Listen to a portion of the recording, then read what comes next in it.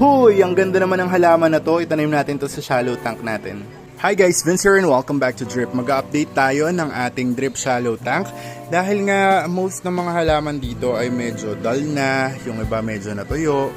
So ngayon, i-re-rescape natin to. I mean yung plants dito sa aking shallow tank ay babaguhin ko. Gusto kong magkaroon ng mga ibang tones, hindi lang green yung ilalagay natin. Tapos pupunuin natin to ng halaman. Gusto ko talaga medyo heavily planted.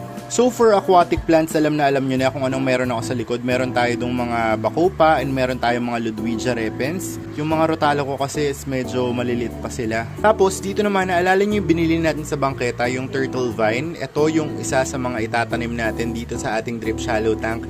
And gusto ko to kasi meron siyang purple tone, so sobrang excited ko na sa kakalabasan kung ano magiging tsura niya.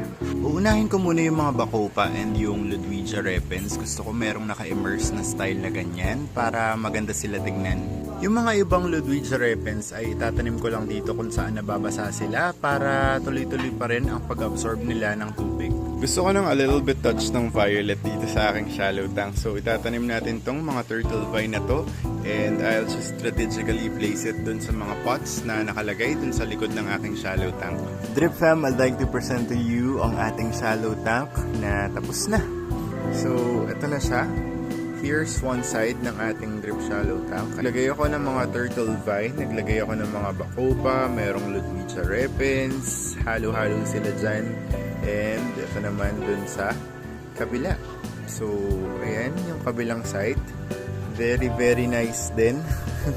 Dito sa ating drip shallow tank. Sobrang saya ko sa kanilabasan actually.